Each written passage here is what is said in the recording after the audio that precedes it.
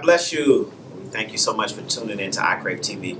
We're glad that you're here with us today, and I'm excited about this set and these group of young millennials that will be talking with us today. The topic of today is, why is it that millennials love Jesus but are not as faithful to the church? And so I'm excited. I want to introduce just a few people to you. All the way down to my right, we have Minister RJ.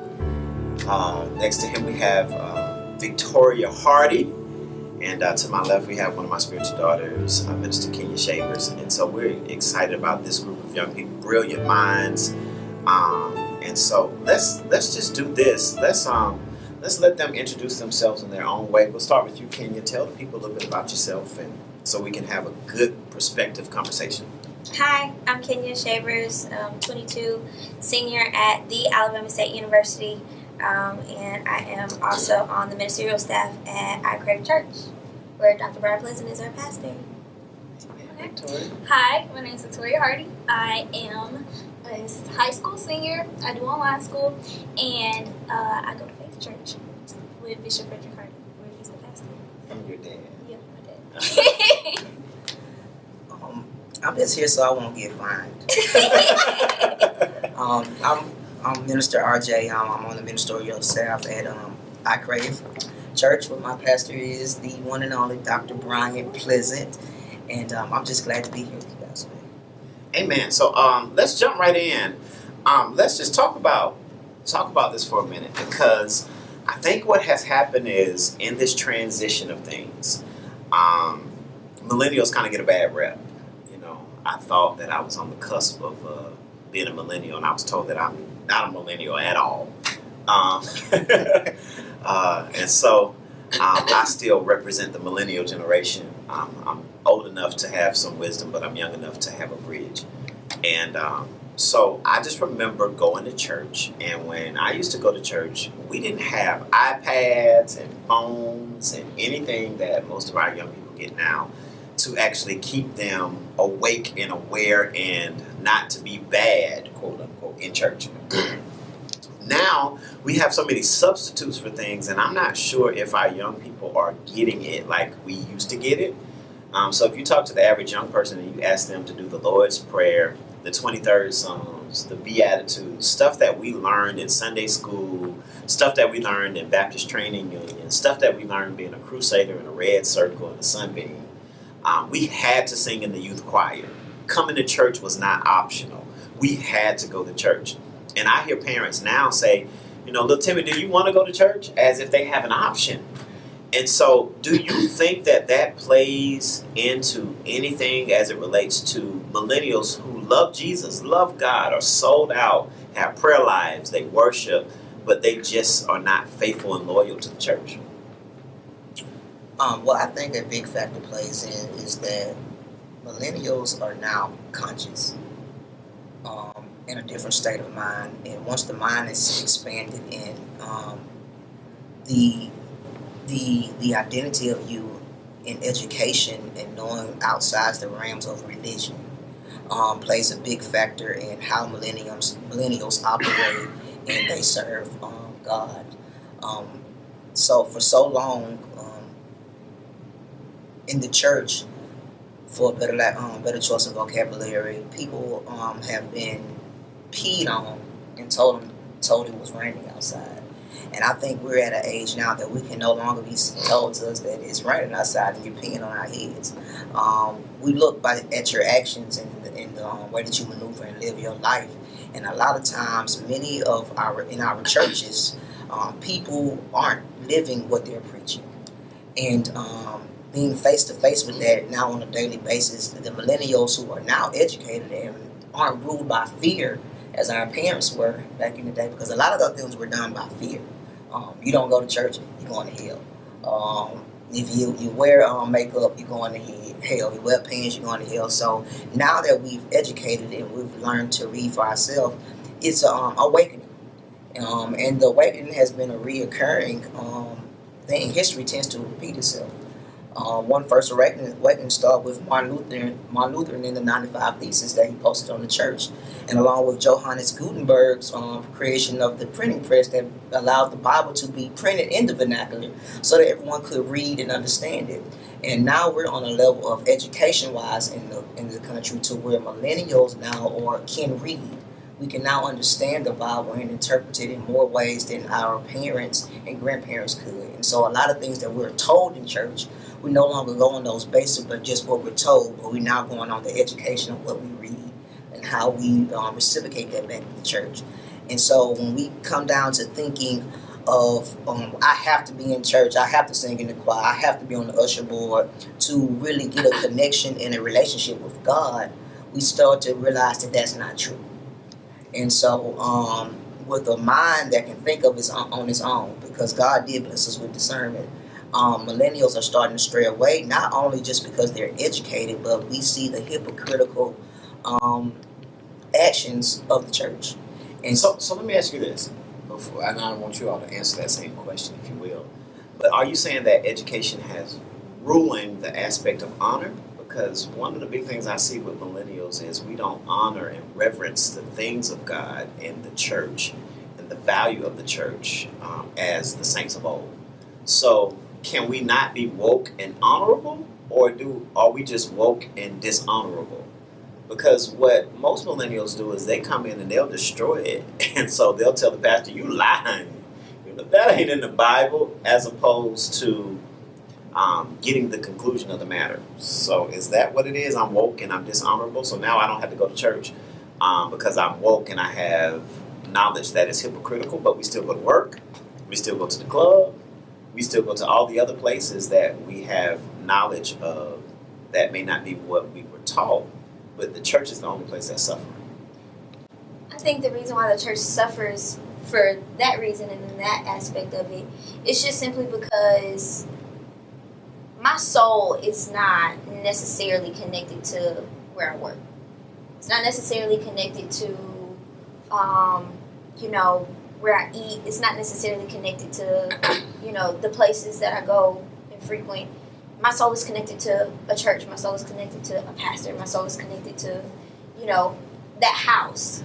And so for so long, people have told millennials, try the Spirit by the Spirit. And then we have people like Dr. Brian Pleasant that tell us, no, baby, that's not in the Bible. And we go and we read our Bible for ourselves. And we're like, no, wait, Dr. Pleasant is right. Try the Spirit by the Spirit is not there. That's not it. But Grandmama been saying our whole lives, baby, you better try the Spirit by the Spirit. And so I don't know how honorable those old saints were, considering how much of a double life that I've watched so many old saints live. Wow. What's your take, Victoria? Well, I want to clarify that I strongly believe that you can't truly love Jesus and not love what he established. However, I am aware of the reasons why the millennials are leaving the church. If you look at the statistics, 2 in 10 Americans who are under the age of 30 believe that church is worthless.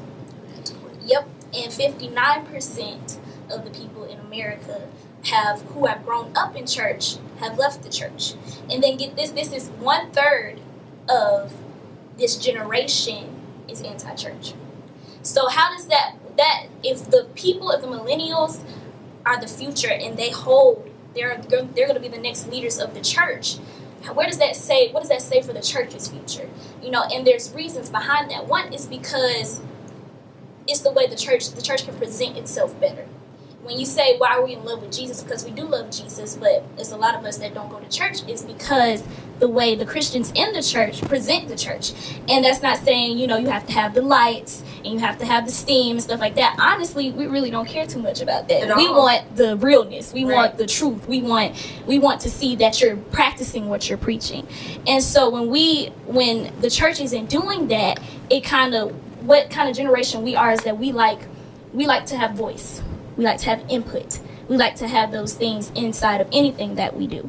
And when it's not there, and when that's absent, when that communication is absent, it pushes us away.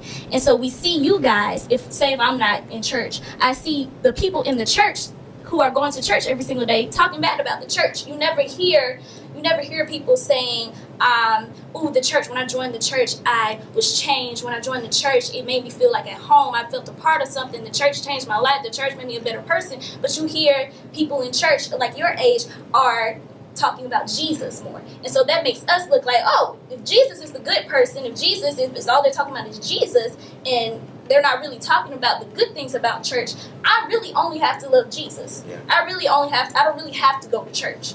And I feel like the way the church presents itself should be better.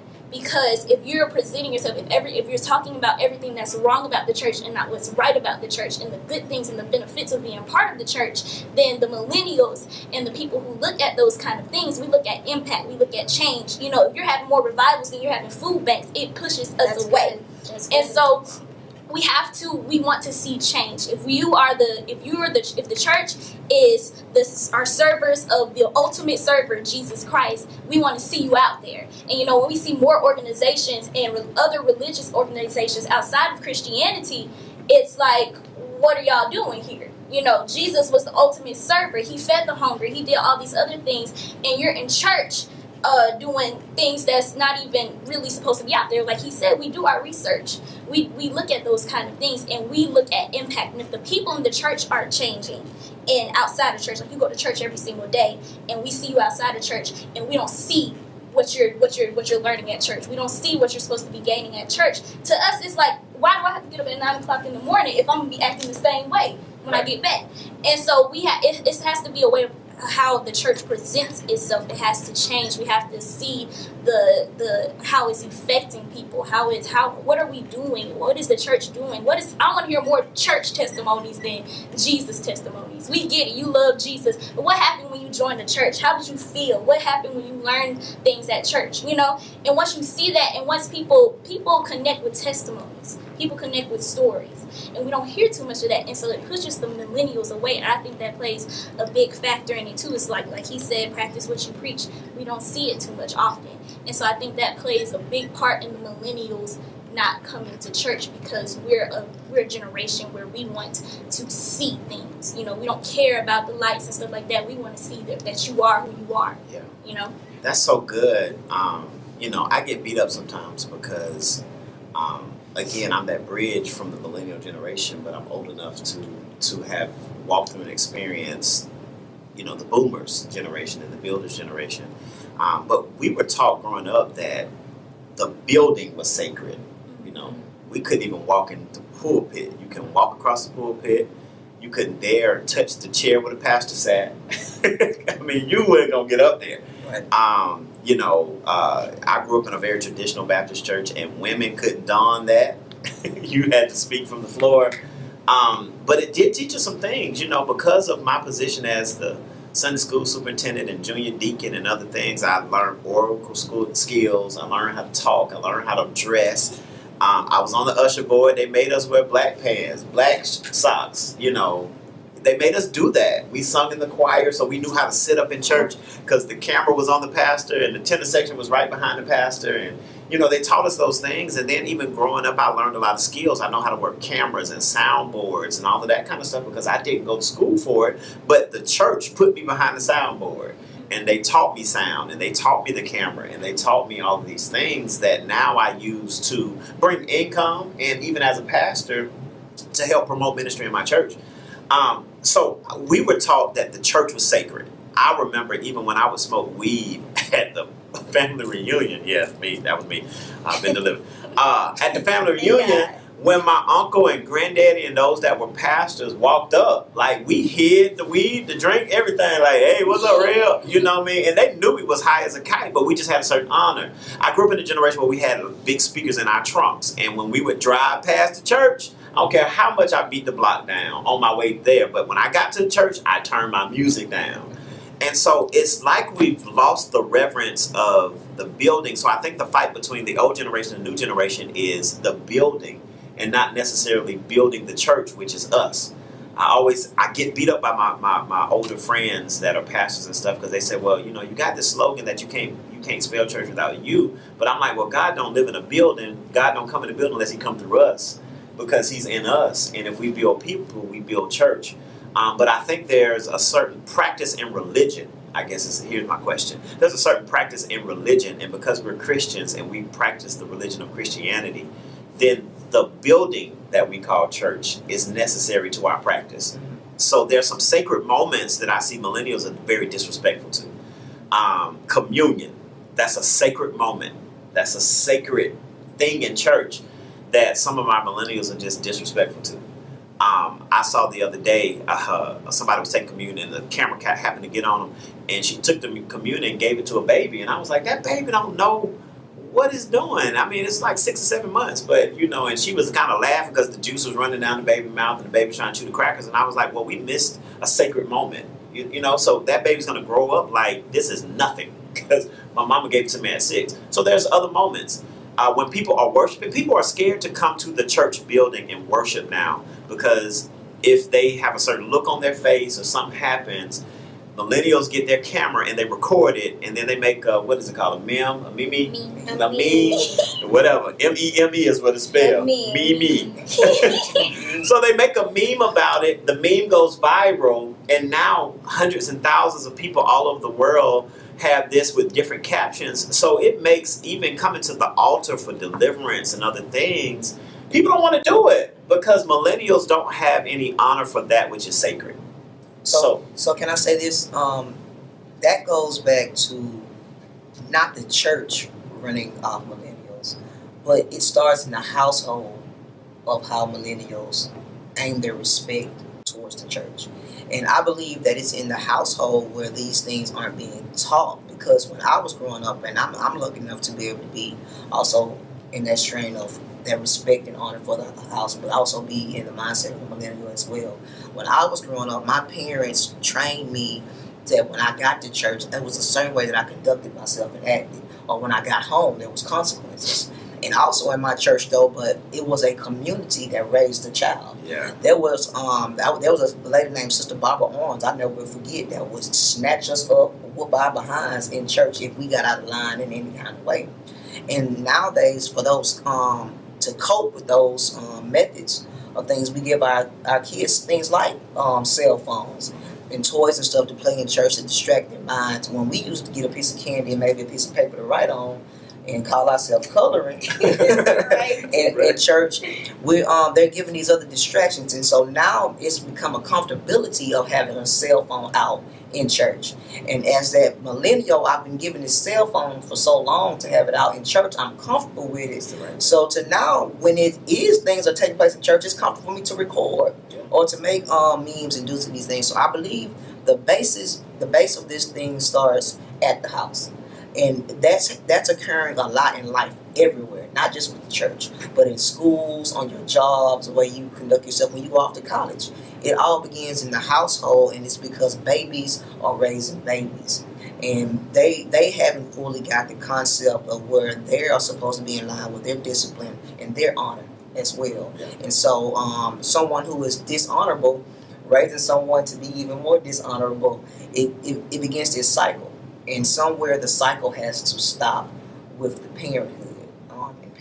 And I believe if we can get that straight, then it's not that's not deterring the millennials. It's not the church that deters the millennials, but when you started to speak on the dishonor of the building and having the lack of the respect of the buildings, because we haven't been taught to have that respect for the building. And once we get to the building and we realize that the people in this building that we're supposed to have respect for are not respecting themselves or living what they're preaching to us, then it's even more disrespect that comes along. Because if I'm at home and my parent wants to be my best friend, right? And so we don't have already at home, I don't have a level of respect with my parents because me and my parent treat each other as best friends. When I get to a church where someone is preaching to me and I know they're doing wrong, and I see you at the weed man and I'm at the weed man at the same time, then that level of respect is just no longer there. It's obsolete.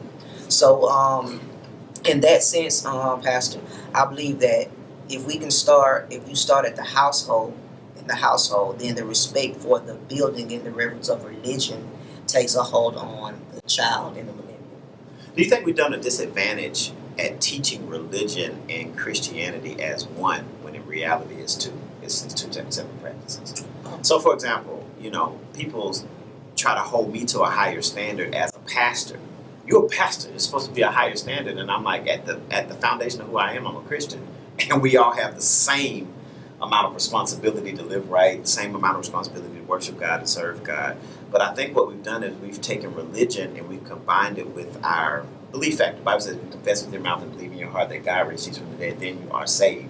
So we put the religion with salvation, made it one, when in reality it's two separate practices. For example, I religiously brush my teeth, but it ain't got nothing to do with me going to heaven or hell. So in church, depending on where you go, women can wear pants or women can't wear pants. Ministers are to wear collars or ministers wear robes. And so we fight over stuff in church that millennials don't care about, whether you wear a Wesleyan robe, which is more like an academic type robe, or whether you wear a cincher and a shamir and a mitre and, all of that. And then we say, well, you trying to be Catholic. And then you trying to be... So we fight over robes. And so it doesn't... Now we're fighting over stuff that millennials don't really care about. They're just like, well, just tell me, am I supposed to be baptized? Why y'all fighting over, am I supposed to be baptized in the name of the Father, Son, and the Holy Ghost? Or am I supposed to be baptized in Jesus' name? What's the revelation? Why was it there? And if y'all gonna keep fighting over this, I don't even know what church I want to go to, so I don't go to church at all. So if I'm Methodist, they say, well, we ain't supposed to do this. If you speak in tongues over here at this Baptist church, we're going to put you out. But I went to this church and I found Jesus and they were speaking in tongues. I wasn't. I don't have that gift, but if that's the gift that's there. So we fight over all this stuff in church. Have we done a disservice, the older generation and pastors, have we done a disservice to the millennial generation by being petty and has caused you to now have skewed vision about what church is? And have we done a disservice of teaching our religion with our salvation as one, when in reality the practices are two different things? I absolutely think we have. I grew up very holiness. I grew up holiness where the women couldn't, wear makeup and you couldn't wear pants. And my family often tells the story about how the church that we grew up in, he got up in the pulpit one Sunday and said, all right, now the women get to wear pants now. And now I still have some of those aunts from that same ministry that will tell me that I'm going to hell for having holes in my pants. And the reality is that that's not true. Like, at what point did we, like you said, attach salvation and Christianity to religion? Religiously, we believe that, hey, having holes in your pants is wrong. Wearing pants is wrong. That's a religious belief. That's a religious practice. Not being able to wear makeup is a religious practice, or not being able to cut your hair is a religious practice. But that has nothing to do with my salvation. Right. And so I think that we've done a disservice by condemning the millennials and condemning young people for the things that we know have nothing to do with our salvation. Which, again, like Victoria said, those are the things that, because it's not real, and we know it's real, we know it's fake news, it pulls us away from the church. Yeah. And so now we have, people who condemn us again for where the church is going and what the church looks like next. But the reality is, who created this dichotomy of what the church looks like next? Somebody had to teach us these values. Somebody had to either teach it to us or not teach it to us. So whose hands does it really fall into? Yeah. And I think it's a lot. I agree, because like myself, I've debated with so many people about salvation and, heaven and hell, and if you do this, if you don't repent, you're going to hell. If you kill yourself, you're going to hell, all this other stuff. And it's really a big division. It's a lot, like, we teach it too many different stuff, and I have to actually go to my pastor, my bishop, and I have to confirm and say, is what I'm saying right? Because it's not clarified. It's not clear anymore, and people actually are coming up with these crazy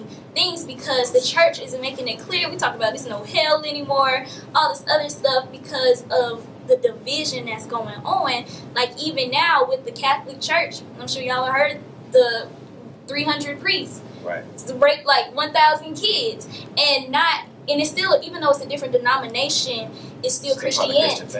And not any, like, I haven't heard any pastor outside of the Catholic Church come out and say this is wrong, or we apologize. Anybody who has, experienced this in the church.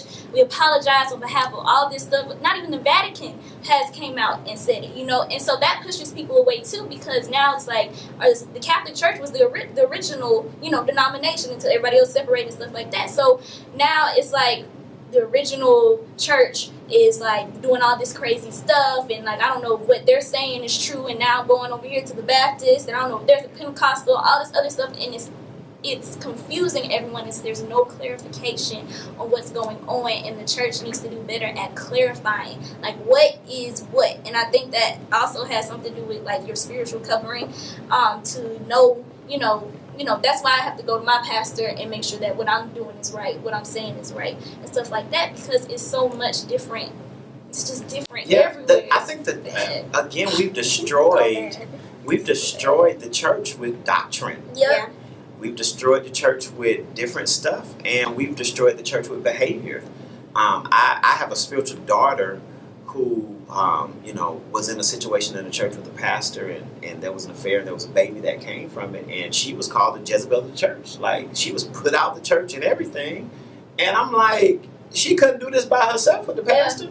So they'll shield the man of God because he's the man of God, and that's where the honor comes from, and nobody wants to talk about these things. I too have had my experience in the church when I was a part of another denomination where a very high bishop made passes at me. And when I said something about it, they got me out of California quick. Like, get them out of here. And so even now when I want to blow the whistle about certain things that I've experienced in church as I was trying to progress through the ranks of church. I was a young minister at the time. And I mean, this man promised me all kind of positions if I didn't say anything. And I'm like, what? Very high-ranking pastor. And when I wanted to blow the whistles, other older pastors came and said, well, you don't want to embarrass the church. And I'm like, but how many other people have been affected by this? All these boys he hired on staff. And if you go to the EEOC, he has all these claims about this, where he's molested people and raped people, but we keep him in a position to cover him and be paid out of positions. And so I think there are some disadvantages that have happened in the church. And that's why I get in trouble as a bridge for the other generation. But in the same manner, I do see where that's God's bride and we have to protect her. We can't beat her up when she's God's bride. And, we have to make some modifications of things. So when we come back from the commercial break, we're going to really get into some stuff that's probably going to get me in trouble. Some very serious, deep things that millennials have just discovered about church, and it's questionable for some people. Is that just a practice thereof? I mean, if you just take tithe versus giving, New Testament versus Old Testament, covenant of grace versus law. And so I want to kind of talk through some things that we have allowed to happen theologically that may have been a disadvantage to the church as well, because like Victoria said, if she goes to her spiritual father and say, hey, am I wrong about this? I talk to pastors all the time. We can't even talk about some truths.